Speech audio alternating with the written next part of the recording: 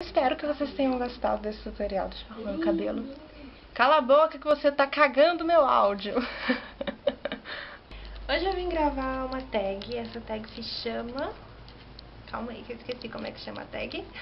Eu vou confessar pra vocês que eu tô de saco cheio de gravar essa tag, porque eu já gravei ela hoje umas 5 vezes, mais ou menos, porque o pessoal aqui atrapalhando toda hora. Mas eu tô aqui com a fotinha dela. São 30 perguntas aleatórias, esse é o nome da tag.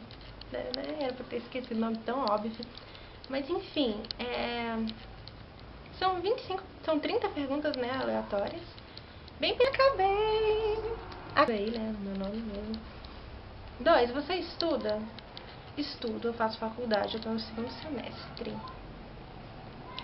3. Você cumprimenta estranhos na rua? Não, eu respondi uma tag bem parecida com essa pergunta. Ah, não, essa é a mesma tag que eu respondi antes. Nossa, que burra. Olha só muda algumas perguntas, mas é a mesma coisa. Gente, vocês estão zoando o meu áudio, cara. Para de brigar. Fala, já dei play.